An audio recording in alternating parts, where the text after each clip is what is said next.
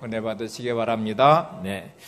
우리가 대림절의 넷째 주일을 맞이하고 있고 성탄절을 좀 며칠 앞에 두고 있습니다. 오늘 이 시간에 주님이 오심에 대한 의미 속에 십자가의 의미도 함께 더불어서 하나님의 사랑으로부터 시작된 은혜와 용서라는 제목으로 살펴보겠습니다. 우리가 이 땅에는 이 중력의 힘이 존재하죠. 중력의 법칙이 적용됩니다. 여러분 이렇게 걸어가시는 곳, 하늘에 붕 뜨지 않고 걸어가는 것도 중력의 힘이고요.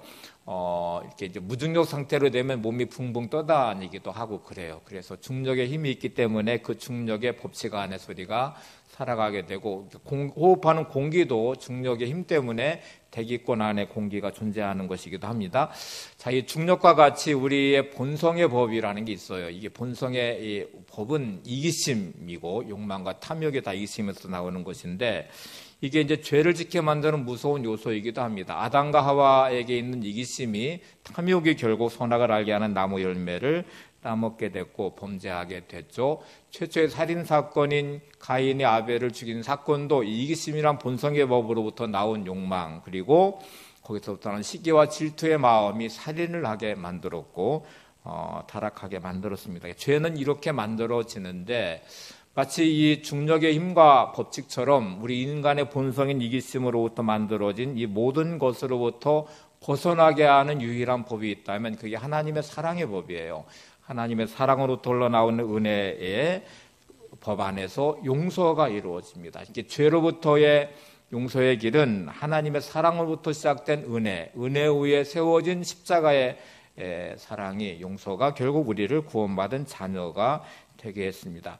자, 이제 교회라는 게 뭘까? 성도의 삶은 어때야 될까를 규정 지으라고 하면, 교회는 하나님의 사랑의 법 안에서 은혜 위에 세워진 게 교회고, 또 성도는 그 사랑과 은혜 위에 용서받은 자들의 모인 곳이 교회고, 또 그래서 교회는 은혜의 옹달샘이 돼야 되겠고, 우리의 삶도 사랑으로부터 시작된 은혜의 삶에서 용서의 길을 따라 살아가는 삶이어야 되죠.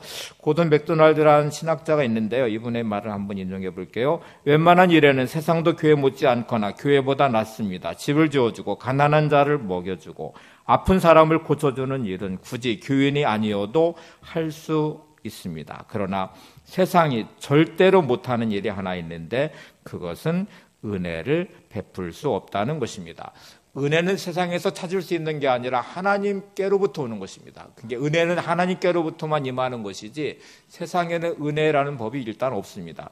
사랑이 은혜고 예수님의 십자가의 사랑이 은혜고 죄인을 용서받는 용서의 법도도 은혜 위에 세워진 하나님의 법칙이기도 하죠. 더와이트 무디 목사님이라는 분이 계신데요. 이분이 한 말 중에 유명한 말이 하나 있어요. 100사람 중에 한 사람이 성경을 읽으면 나머지 99사람들은 그리스도인을 읽는다 하고 말을 했는데, 예수 믿는 사람의 비율이 많지 않죠. 그래서 성경을 직접 읽고 하나님의 말씀 안에서 세워진 하나님의 사랑을 경험하고 그 은혜의 법 안에서 은혜를 경험하고 그 용서받음의 사죄 은총 가운데 있는 사람들은 그리스도인이에요. 그런데 세상 사람들은 성경을 읽을 수가 없죠. 성경을 읽어도 그 은혜를 경험할 수 없으니 그리스도인이 보는 것은 그리스도인을 읽는다 하는 표현을 합니다. 다시 좀 설명해 드리면, 세상 사람들이 여러분을 보면서 하나님의 사랑을 경험해야 되고요. 세상 사람 여러분을 읽으면서 하나님의 은혜라는 것을 경험해야 되고, 세상 사람 여러분을 보며 읽으면서 용서라는 게 저렇게 하는 것이구나 하는 용서의 법도 배워가야 된다는 거예요. 다시 도전해 볼게요. 여러분을 세상 사람들이 읽으면서, 여러분의 가장 가까운 사람이 읽으면서 하나님의 사랑을 경험하시나요? 여러분을 읽어가면서 하나님의 은혜의 법이 흘러오고 있습니까? 여러분을 읽어가면서 하나님의 용서의 법칙이, 용서의 삶이 읽혀지고 있습니까? 하고 질문하면 여러분은 뭐라고 대답하시겠어요? 이게 이제 하나님이 우리에게 도전하는 오늘 말씀이기도 합니다. 여러분, 내가 하나님의 사랑을 깊이 경험하고 그 은혜의 법 안에 세워져 용서받음의 사죄 은총을 경험한다면, 세상 사람들이 나를 보면서 나를 읽어갈 때 하나님의 사랑이 흘러가셔야 되고, 하나님의 은혜의 옹달샘처럼 은혜의 샘물을 또 마시며 그 은혜를 누리셔야 되고, 하나님의 참된 용서의 길이 어떤 것인지를 경험해야 된다는 것이죠. 찬송가 305장 나 같은 죄인 살리신 이 찬송을 작사한 분이 존 뉴턴이라는 분이에요. 이분은 잔악한 노예 무역상이었습니다. 아프리카에 가서 흑인들을 잡아다가 영국을 비롯해서 유럽 각지에 또 미국에까지 노예를 팔아서 돈을 버는 사람이었어요. 노예 무역상이었습니다. 그 당시에 영국의 재원의 거의 3분의 1 정도가 노예 무역을 통해서 벌어들인 돈이었기 때문에 기독교 국가이란 영국이란 나라가 인신매매하듯 사람을 사고 팔면서 결국 부를 이루어갔던 나라처럼 그렇게 타락해 있었어요. 존 뉴턴도 역시 노예 무역상으로 많은 부를 이루었던 사람인데 그가 그런 바다를 항해하고 아프리카로 가는 중에 배가 전복이 되면서 이제 바닷속에서 사경을 헤매게 돼요. 그때 그는 하나님을 찾아요. 그리고 간절히 소원의 기도를 드리듯 하나님 제 생명을 구해 주시면 제가 다시는 이 노예 무역을 통한 삶을 멈추고 하나님의 귀한 일을 힘쓰는 사람이 되겠습니다 하고 헌신하게 되고 그는 기적같이 구출을 받아서 살게 됩니다. 그는 그 이후에 노예 무역상을 그만두고 신학을 하고 목회자가 돼요. 그는 끊임없이 이제 영국에 도전을 하죠. 노예 무역이 얼마나 잔혹한 일인지 하나님의 뜻에 어긋난 일인지 자신의 삶이 얼마나 큰 죄 가운데 머물러 있던 삶인지를 외치게 되고 윌리엄 밀버포스라는 젊은이가 영향을 받게 되고요. 미국의 상원의원, 영국의 상원의원이 돼서 노예 무역에 대한 법 폐지를 위해서 40년을 헌신하게 됩니다. 그래서 영적인 아버지처럼 존 뉴턴은 그런 역할을 하게 되고 마침내 영국에서 노예 폐지의 법을 이제 통과시켰어요. 영국의 재정의 3분의 1이 날아가는 순간인데 영국이라는 나라의 회복을 위해 그렇게 영향을 미쳤던 분이에요. 그가 자신의 깊은 죄의 수렁에서부터 건져주신 하나님의 은혜에 대한 고백이 305장 나 같은 죄인 살리신의 가사입니다. 그냥 가사만 제가 한번 읽어볼게요. 나 같은 죄인 살리신 주 은혜 놀라와 이뤘던 생명 찾았고 광명을 얻었네. 큰 죄악에서 건지신 주 은혜 고마워. 나 처음 믿은 그 시간 귀하고 귀하다. 이제껏 내가 산 것도 주님의 은혜라. 또 나를 장차 본향에 인도해 주시리. 거기서 우리 영혼이 주님의 은혜로 해처럼 밝게 살면서 주 찬양하리라. 존 뉴턴은 자신이 행했던 행위들, 사람을 흑인을 잡아서 노예로 팔고 했던 부의 삶을 살았던 그 타락한 시절의 그 죄임에도 불구하고 자신이 용서받고 하나님의 자녀가 되고 목회자가 된 이 사실 앞에는 딱 한 가지밖에 설명할 수 없어요. 하나님의 은혜입니다. 은혜 아니고는 그 어떤 것으로 설명할 수 없어서 그는 나 같은 죄인 살리신 주 은혜 놀라와 이렇게 고백하고 있고요. 큰 죄악에서 건지신 주 은혜 고마워. 이제껏 산 것도 주님의 은혜라. 영원한 천국의 소망을 가진 것도 하나님의 은혜로 가능한 것이죠. 그리고 거기서 영원히 주님의 은혜로 해처럼 밝게 살면서 주 찬양하리라. 여러분, 하나님의 은혜는 자연스럽게 용서로 이어짐을 알 수 있습니다. 하나님의 은혜가 임하면 하나님의 용서, 그 용서를 위해 주님은 이 땅에 오셨고 하늘보좌를 버리시고 하나님의 그 사랑의 독생자를 내주셨고 십자가를 지게 하신 것이죠. 성탄절을 준비하는 바라보는 우리는 하나님의 은혜를 잊지 마셔야 됩니다. 그리고 그 은혜 위에서 이 땅에 오신 예수님의 그 크신 하나님의 사랑도 잊지 마셔야 되죠. 헬라어로 은혜라는 단어가 카리스라고 써요. 카리스는 동사형으로 말하면 기쁘다, 즐겁다라는 어원을 가지고 있어요. 은혜가 임하면 하나님의 기쁨이 가득하게 되고 은혜가 임하면 즐거움이 가득하다는 말을 말하죠. 우리가 어떤 환경 가운데 있든지 하나님의 은혜가 임하는 인생이 되시기를 바랍니다. 환경에 묶이지 않고 우리의 감정에 묶이지 않고 은혜가 임하는 그곳에 회복이 있고 하나님의 기쁨과 즐거움이 충만한 삶이 될 것입니다. 영국에서 열린 비교 종교학 회의가 있었다고 해요. 이제 비교 종교학은 모든 종교를 비교하는 학문인데 비교 종교학자들이 모여서 회의를 해서 모든 종교들이 한 단어로 표현하면 어떤 단어가 합당할 것인가 하고 많은 회의를 통해서 결정을 했는데 기독교를 한마디로 표현하면 은혜라는 단어로 표현할 수 있다. 이렇게 정의를 내렸고요.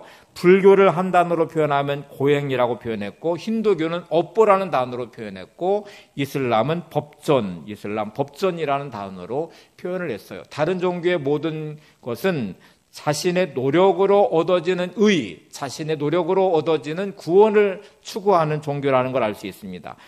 고행도 마찬가지고 업보도 그런 것이고 법전도 법을 지키는 것도 마찬가지겠죠. 근데 기독교는 달라요. 은혜라는 말은 세상에서 찾을 수 없는 것이거든요. 하나님께로부터 오는 것이고, 그래서 구원은 자신 행위와 상관없는 하나님의 절대적인 사랑 안에서 이루어진 그 은혜 위에 세워진 용서와 또 그 위에서 구원이라는 것도 알게 되죠. 자, 여러분, 이 은혜는 그래서 대단히 중요한 것인데, 인간의 논리로는 설명할 수 없는 게 일단 은혜입니다. 이제 잘 들어보세요. 세상의 법으로는 찾을 수 없는 게 은혜라는 것인데, 은혜는 인간의 본성의 법으로는 이해할 수도 없고 설명할 수도 없습니다. 근데 예수님은 은혜에 대한 말씀을 참 많이 하셨어요. 은혜란 단어를 쓰지도 않으셨고 은혜를 설명하지도 않으셨는데, 예수님의 모든 말씀 안에는 하나님의 은혜를 드러내고자 하셨어요. 예를 들면 이런 것이에요. 악인과 선인에게 동일하게 비치는 햇빛, 그거는 세상에 어떤 사람하고도 차별하지 않는 하나님의 절대적인 은혜를 말하는 것이죠. 농사 짓기도 않고 기르지도 않는데 먹고 사는 새들을 말씀하시면서, 그것도 자신의 수고와 노력으로 먹고 사는 게 아닌 세상에 주어진 하나님의 은혜를 표현한 것이죠. 또 들의 백합화의 꽃을 말씀하시면서도 그렇게 피어나는 꽃의 아름다움은 하나님의 은혜의 모습이기도 합니다. 이 세상은 온통 하나님의 은혜로 가득 찬 세상임을 우리한테 보여주고 있어요. 여러분은 그 은혜 위에서 내가 살고 있다는 생각을 하십니까? 내가 호흡하는 공기를 내가 만든 것도 아니고 돈 주고 사면서 그 공기를 호흡하는 것도 아닌데, 우리는 날마다 하나님의 만들어 놓은 세상 가운데 호흡하면서 살아가죠. 햇빛을 내리쬐는데 우리가 돈 주고 햇빛을 받지 않잖아요. 세상에 그 어떤 것들도 하나님의 은혜 없는 것이 없고 은혜로 가득 찬 세상을 보여주고 있어요. 좀 구체적으로 누가복음 15장에 오면 세 가지 이야기가 나오는데 다 하나님의 은혜를 설명하기 위한 이야기들이에요. 첫 번째가 잃은 양의 이야기, 두 번째가 잃은 동전의 이야기, 잃어버린 동전 이야기, 세 번째는 집 나간 탕자, 집 나간 아들의 이야기를 하고 있습니다. 세 가지 이야기의 내용을 한번 따라가 보시면 잃어버린 슬픔이 먼저 나오고 회복된 기쁨이 나오는데, 세 가지 모두 다 잔치를 배설하는 모습이 나와요. 자, 이제 한번 좀 살펴볼까요? 잃어버린 양의 비유를 생각해 보시면 99마리의 양을 놓고 잃어버린 한 마리 양을 찾아가는 목자도 이해할 수 없는데, 그 잃어버린 양 한 마리 찾았다고 어깨에 메고 돌아오는 목자는 너무 기쁜 나머지 동네 사람을 불러서 잔치를 해요. 계산할 수가 없잖아요. 양 한 마리 값은 얼마 나가지 않을 텐데 양 한 마리 찾았다고 동네 사람을 모아서 막 잔치를 베푸는 주인의 모습. 또 동전 하나 찾았다고 그것을 값도 없는 동전인데 동네 사람 불러서 막 잔치를 베푸는 모습. 집 나간 아들이 재산 다 탕진하고 돌아왔는데 그거를 기뻐하면서 송아지를 잡아 동네 사람들과 함께 잔치를 베푸는 아버지의 모습. 다 이런 모습들을 보면서 이거를 계산하면, 세상의 식으로 계산하면 말도 안 되는 건데 그걸 한마디로 표현하면 그게 하나님의 은혜라는 거예요. 자, 이제 성경 본문을 한번 보실래요? 누가복음 15장 10절에 이렇게 말씀합니다. 내가 너희에게 이르노니 이와 같이 죄인 한 사람이 회개하면 하나님의 사자들 앞에 기쁨이 되느니라. 자, 이게 하나님의 마음이라는 걸 지금 보여주고 있습니다. 잃어버린 한 마리 양을 찾아가는 목자의 심정같이 양을 찾을 때 너무 기쁜 이 주인은 잔치를 베풀고, 잃어버린 동전 하나 찾은 기쁨이 동네 사람을 불러 모아 잔치를 베푸는 것처럼 하나님은 죄인 한 사람이 회개하면 하나님의 사자들 앞에 기쁨이 되느니라. 자, 여러분, 우리가 그 하나님의 은혜 안에서 구원받은 사람들이에요. 나 같은 존재가 뭐가 대수롭다고, 무슨 가치가 있다고, 내가 구원받았다는 사실 앞에 하나님의 천국 잔치를 베풀며 그렇게 기뻐하고 즐거워하실까? 헨리 나웨어는 이거를 이렇게 설명했어요. 하나님은 기뻐하십니다. 세상의 문제들이 해결됐기 때문도 아니고, 인간의 아픔과 고난이 다 끝났기 때문도 아니고, 수많은 영혼이 이미 회심하여 당신의 선하심을 찬양하고 있기 때문도 아닙니다. 하나님은 잃어버린 자녀 하나를 찾으신 것으로 기뻐하십니다. 자, 다시 이제 집 나간 탕자 이야기를 좀 해볼까요? 누가복음 15장에 세 번째 이야기가 나오는 집을 나간 이 아들, 둘째 아들의 이야기가 나오는데, 형은 이 둘째 아들이 재산 다 탕진하고 창기와 함께 다 재산 탕진한 아들이 돌아왔는데 아버지가 책망하지도 않고 돌아왔다고 그 아들을 위해 송아지를 잡아서 잔치를 베푸는 아버지를 이해할 수가 없었어요. 있을 수 없는 일이에요. 아버지 말을 잘 듣고 한 번도 집에 나가지 않고 탕진하지도 않은, 자기를 위해서는 염소 새끼 한 마리 잡지도 않았던 아버지가 재산 다 탕진하고 나간 그 호랑방탕한 아들을 왜 책망하지도 않고 송아지를 잡아 잔치를 베푸느냐. 그런 아버지를 이해할 수, 그게 화가 났어요. 누가복음 15장 28절 30절을 보세요. 그가 노하여 들어가고자 하지 아니하거늘 아버지가 나와서 권한대 아버지께 대답하여 이르되 내가 여러 해 아버지를 섬겨 명을 어김이 없거늘 내게는 염소 새끼라도 주어 나와 내 벗으로 즐기게 하신 일이 없더니 아버지의 살림을 장녀들과 함께 삼켜버린 이 아들이 돌아오매 이를 위하여 살찐 송아지를 잡으셨나이다. 여러분, 이 형의 항변이 합당하게 들리지 않습니까? 세상식으로 말하면 동생은 지금 분명히 책망을 들어야 돼요. 그에 대한 대가를 지불해야 돼요. 근데 그거 하나도 묻지 않고 송아지 잡아 잔치를 베푸는 아버지를 이해할 수 없습니다. 그게 화가 나는 거죠. 우리는 살아가면서 이 식 때문에, 자기의 본성으로 어떤 이기심의 식 때문에 얼마나 많은 상처가 얼룩져 있는지, 얼마나 많은 분노가 얼룩져 있는지, 내 식으로 계산하면 이해할 수 없는 사람, 이해할 수 없는 행동들, 저 사람을 용서한다는 건 있을 수 없는 일이죠. 근데 여러분, 하나님이 만약에 이 형의 논리대로 하면 저와 여러분은 다 지옥 가 있어야 돼요. 절대로 이 자리에 있을 수 없어요. 우리가 의롭게 행동하고 우리가 뭔가 선행을 해서 하나님이 야, 너 진짜 보니까 구원받을 만한 자격이 있다. 너의 의로움이, 너의 선한 행동이, 너의 모습이 진짜 구원받을 만해. 그래서 구원해 주신 게 아니거든요. 우리가 아직 죄인되었을 때, 우리 행실이 회개하지도 않았고 죄 가운데 머물러 있는 그런 우리들을 사랑하신 하나님의 사랑이, 그런 은혜가, 하늘 보좌 버리고 이 땅에 오신 독생자를 내주신 하나님의 사랑과 은혜였고, 그런 우리를 위해 십자가 지시고 죄를 대속해 주신 주님의 십자가의 사랑과 은혜가 용서의 자리에 세워졌습니다. 근데 우리는 자꾸 이 논리의 함정에 빠져 있어요. 예수님은 서기관과 바리새인들의 자기의 의를 주장하는 모습을 좋아하지 않았어요. 독사의 자식들하고 말했어요. 오히려 하나님 나를 불쌍히 여기소 내가 죄인입니다 하고 탄식하며 주 앞에 나온 세리의 기도를 응답하심을 말씀해 주고 있습니다. 자, 여러분, 이제 이른 양의 비유를 한번 좀 살펴볼게요. 성경에는 이른 양의 이 한 마리 찾아가는 목자를 이렇게 표현해요. 99마리의 양을 들에 놓아두고 이렇게 말씀합니다. 여러분, 99마리가 훨씬 더 중요하죠. 한 마리 잃어버린 양은 그냥 지가 잃어버렸으니까 야, 네가 어떻게든 상관없어, 그럴 수 있는데, 목자는 99마리 양을 들에 놓아두고 한 마리 양을 찾아간대요. 이거를 어떻게 설명하겠어요? 들에 놓여져 있는 양들은 양 도둑들에게도 도둑맞을 수도 있고, 이리와 늑대한테 잡혀먹을 수도 있고, 또 그 양들이 또 도망갈 수도 있는데, 왜 목자는 한 마리 양을 찾아서 들로 산으로 헤매다가 한 마리 양을 찾은 거를 기뻐해서 어깨에 메고 와 동네 사람을 불러 잔치를 베풀고 있을까?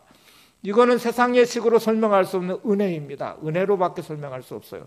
세상의 식으로 계산되지 않아요. 그리고 성경은 이렇게 말합니다. 누가복음 15장 7절에 이른 양의 비유를 말씀하신 다음에 내가 너희에게 이르노니 이와 같이 죄인 한 사람이 회개하면 하늘에서는 회개할 것 없는 의인 99으로 말미암아 기뻐하는 것보다 더하리라. 너가 그래서 구원받은 거야. 내가 잃어버린 한 마리 양인데 하나님이 그런 나를 찾아서 하늘 보좌 버리고 이 땅에 오시고 십자가 지시는 대가를 지불하면서까지 나를 구원하신 그 은혜의 법 안에서 네가 구원받은 거야. 너의 구원이 내가 더 기뻐하는 이유야. 이렇게 말씀하고 있는 거예요. 여러분, 동전 하나를 찾았다고 이웃을 불러서 잔치를 베풀고 있는, 계산이 되지 않아요. 동전 하나의 가치보다 몇백 배, 몇천 배 더 많은 돈을 들여서 잔치를 하고 있는 주인도 이해할 수 없는데, 자, 이거를 그러면 은혜라는 거는 세상에 찾을 수 없는 법칙이에요. 그러면 세상의 계산법으로는 답이 안 나오지만 우리가 이거를 그래서 하늘의 계산법이라고 말합니다. 은혜는 하늘의 계산법입니다. 하나님이 이렇게 계산을 하셨기 때문에 우리가 구원받아서 하나님의 자녀가 된 것이, 오늘 예배자가 된 것이, 이게 이제 은혜라는 거예요. 이 은혜를 받은 사람은 세상의 논리로 이해할 수 없으니, 세상의 법으로 계산할 수 없으니, 이거는 도대체 이해할 수 없는 하나님의 은혜일 수밖에 없어요. 그래서 이렇게 고백할 수밖에 없습니다. 찬송가 310장 1절 가사를 보세요. 아, 하나님의 은혜로 있을 데 없는 자 왜 구속하여 주는지 난 알 수 없도다. 내가 믿고 또 의지하면 내 모든 형편하시는 주님 늘 보호해 주실 것을 나는 확실히 아네.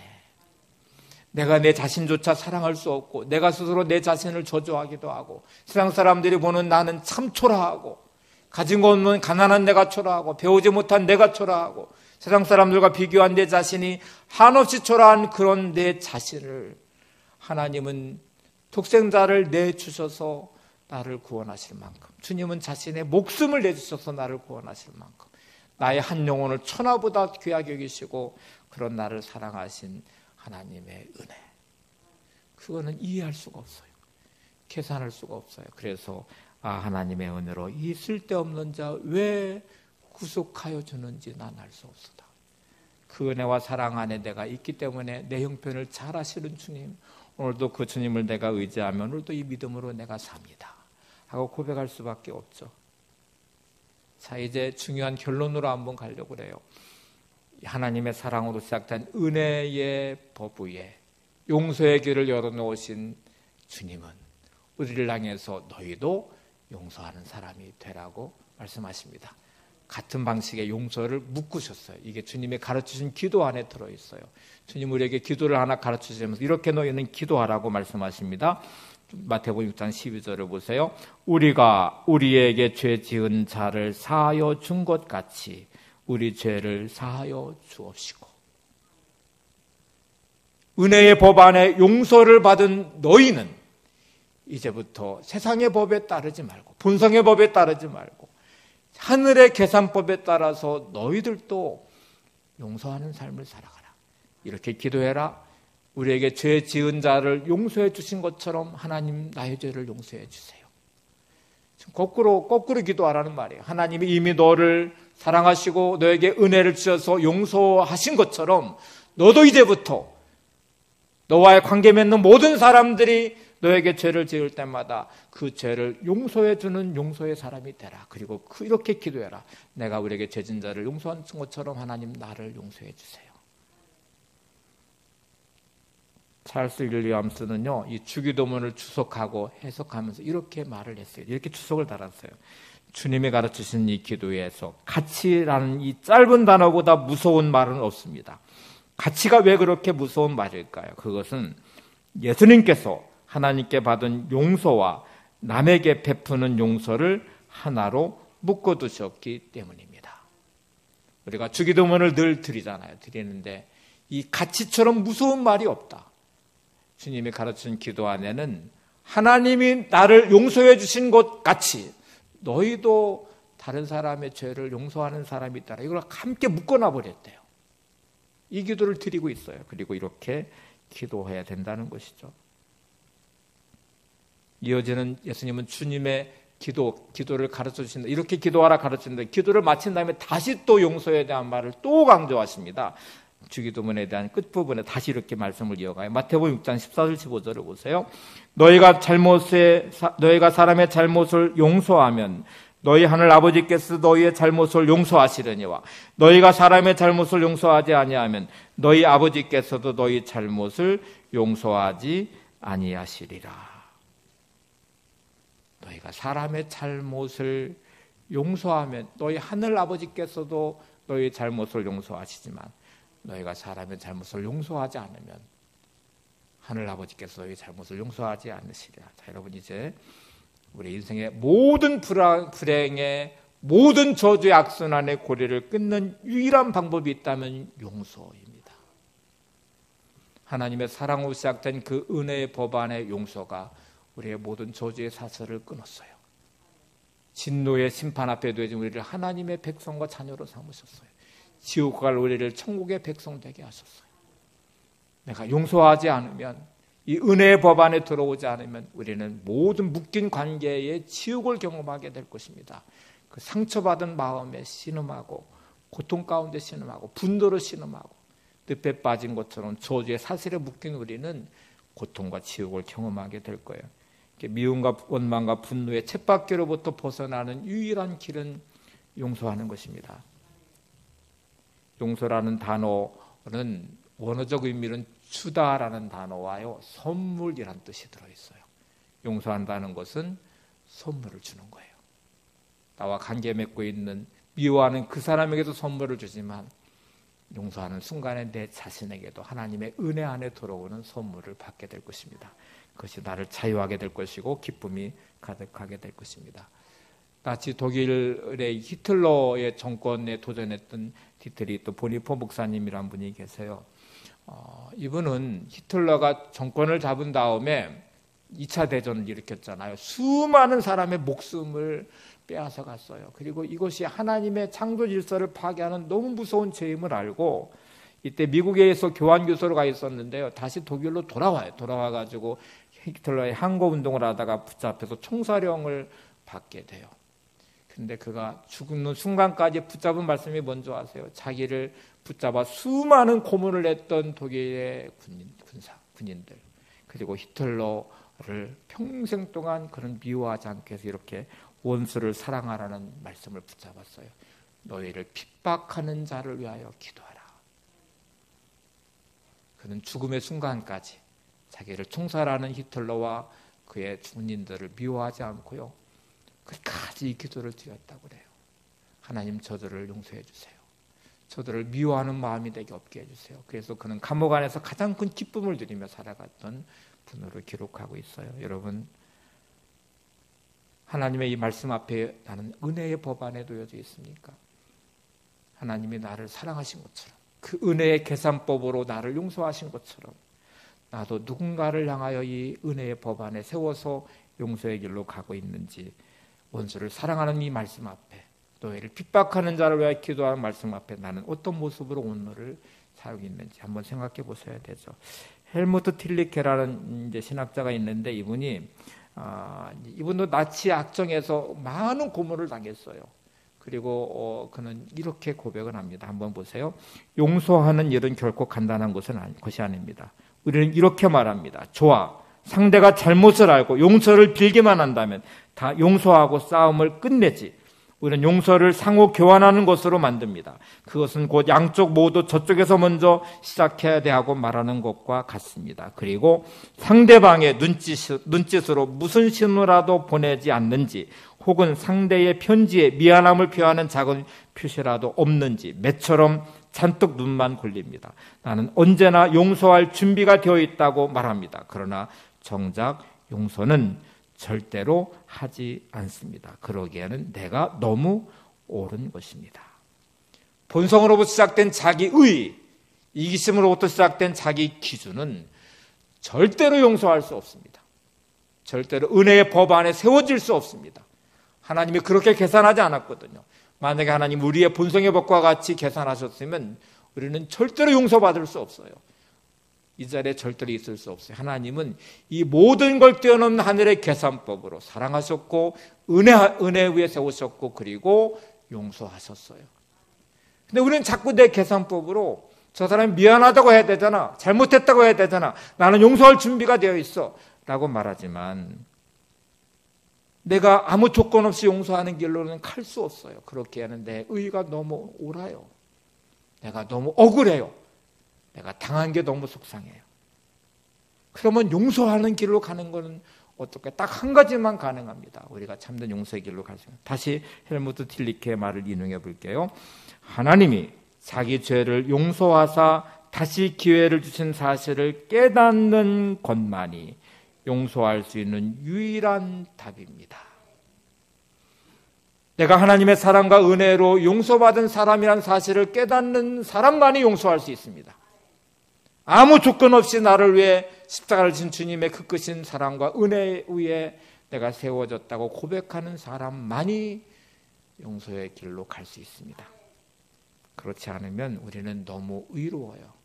내가 당한 게 얼마나 큰데, 내가 억울함이 얼마나 큰데 내가 어떻게 용서할 수 있어?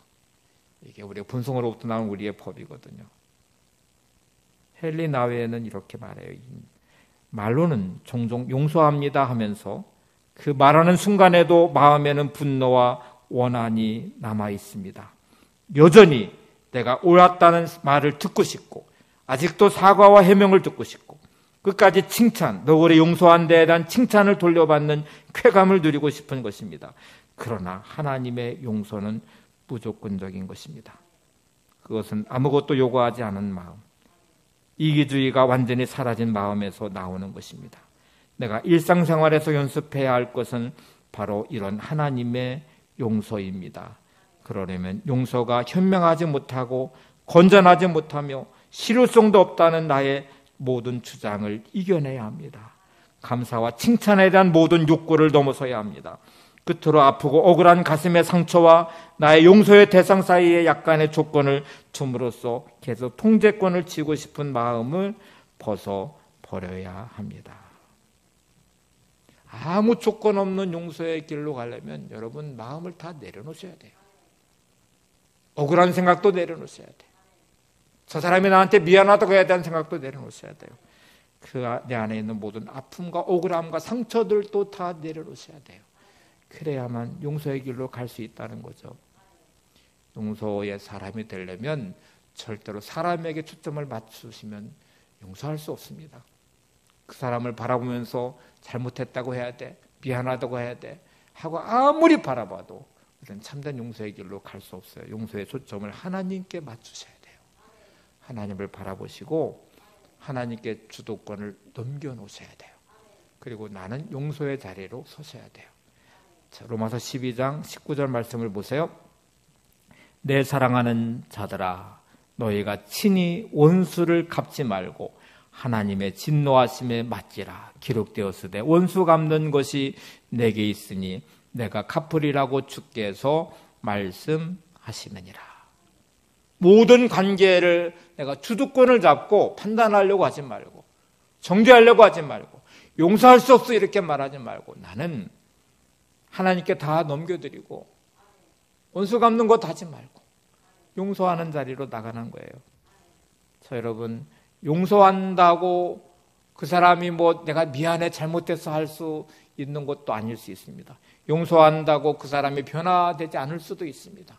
용서한다고 어떤 문제가 갑자기 풀려지는 게 아닐 수 있습니다. 근데 중요한 것은 용서하시면 여러분을 묶고 있는 사슬은 풀려지게 될 거예요. 마음에 묶고 있는 모든 원한과 분노의 감정으로부터 자유하게 될 것입니다.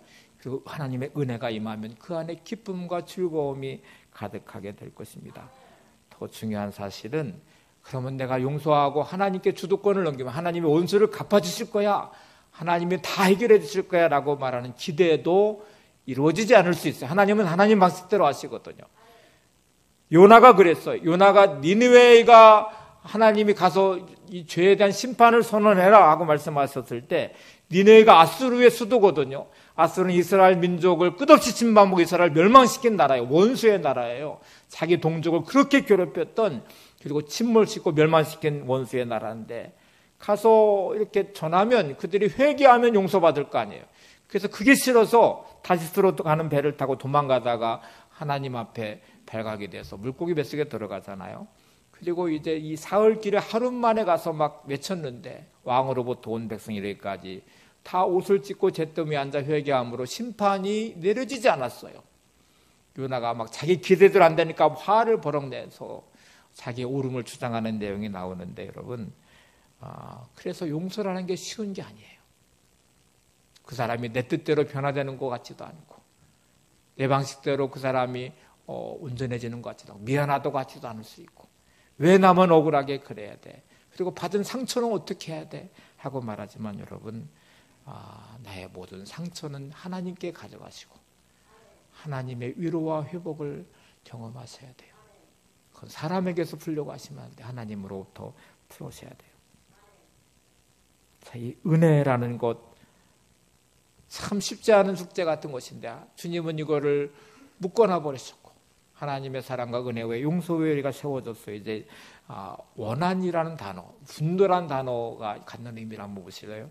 원한이 헬라어로 말하면 다시 느낀다는 의미를 가지고 있어요. 참 무서운 게 이 원한이에요.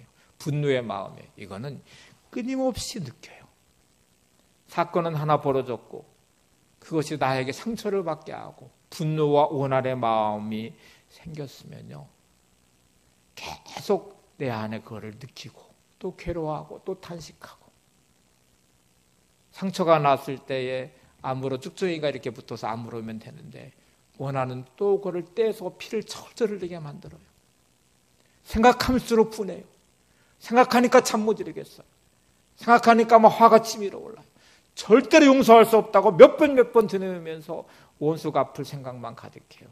그 원한이 끝없이 나에게 이 고통과 괴로움을 느끼게 만들어서 나를 파멸시켜요.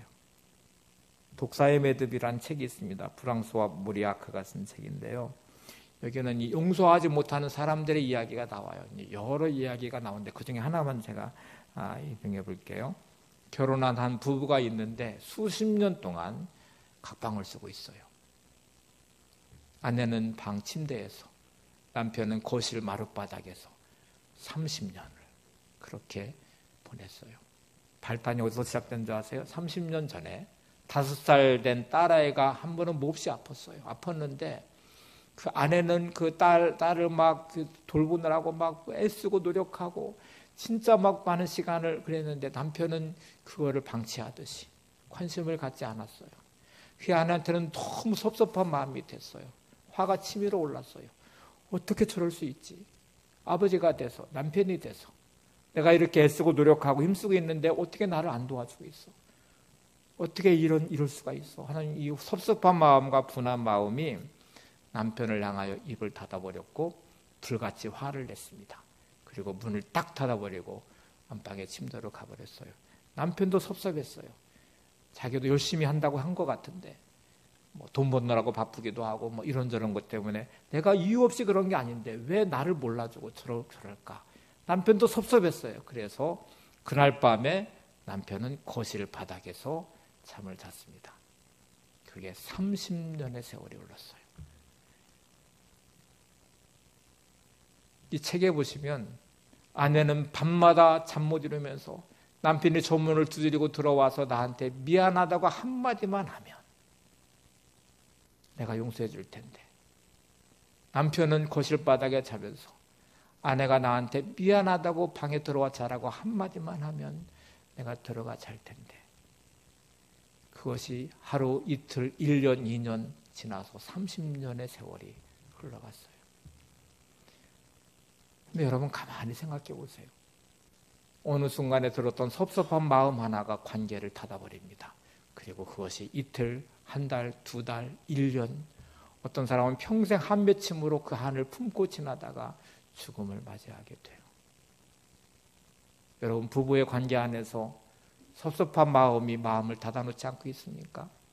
남편에 대한 섭섭함이 나로 하여금 끝없이 상처를 받게 만들어요.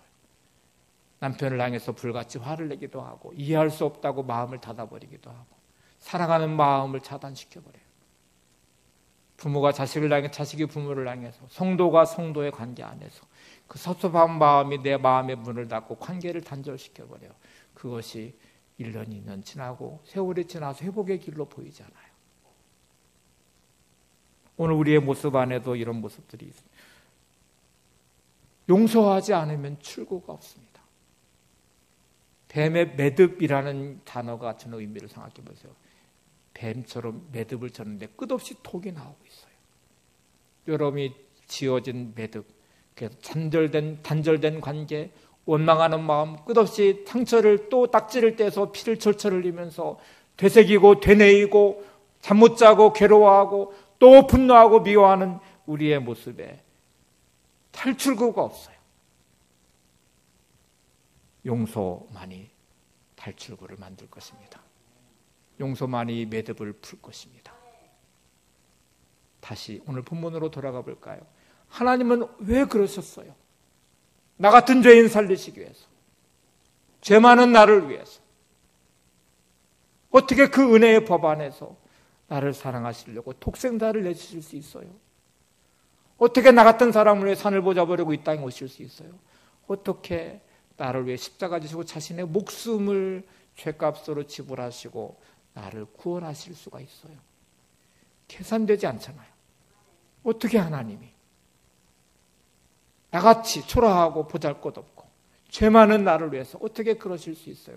하나님의 답은 딱 하나예요. 그래야만 너를 용서할 수 있으니까. 그래야만 너와 관계를 맺을 수 있으니까. 너한테는 방법도 없고 길도 없으니 내가 손을 내밀어야 너와 관계를 맺고 너희가 내 자녀가 되고 그래야 너를 용서하고 천국 백성이 되게 할 수 있으니까 내가 너와 함께 하기 위해서 그랬어. 오늘 성탄절을 맞이하는 여러분, 주님의 이 사랑과 은혜의 법 안에 용서의 길이 열렸습니다. 우리를 향해서 하나님은 도전하세요. 네가 이제 그 길을 가야 된다. 주님은 기도를 가르쳐 주세요. 우리가 우리에게 죄진 자를 사해 준 것처럼 하나님 우리 죄를 사해 주옵소서. 이런 기도하는 사람이 되라고 말씀하십니다. 하늘 보좌 보러 이 땅에 오신 예수님의 모습을 우리가 신학적 용어로는 성육신 하셨다고 말하거든요. 성탄절은 하나님이 인간의 몸을 입고 오신 성육신 되신 날입니다. 우리를 사랑하시기 때문에 은혜의 법 위에 우리를 세우시기 위해서 용서하시기 위해서 오신 이 성탄절을 맞이하는 여러분, 오늘 진정한 마음으로 주님을 예배하는 사람이 될 수 있도록 참된 하나님의 사랑과 은혜의 법 위에 세워지시기를 바랍니다. 그리고 참된 용서의 길로 가시는 여러분들이 되시기를 바랍니다. 은혜입니다. 찬양 부를 텐데 가사를 한번 읽겠습니다. 1절만 제가 읽어드릴게요. 내가 고난 중에도 찬송할 수 있음은 은혜의 힘입니다. 내가 실패했어도 감사할 수 있음은 은혜의 힘입니다. 나를 대적하는 자 사랑할 수 있음은 은혜의 힘입니다. 내게 고통 주는 자 품어줄 수 있음은 은혜의 힘입니다. 주님의 은혜가 내 안에 들어오면 나는 날마다 기뻐집니다. 은혜 위에 은혜가 더하여 질수록 오직 주님만 바라봅니다. 함께 찬양하고 기도하겠습니다.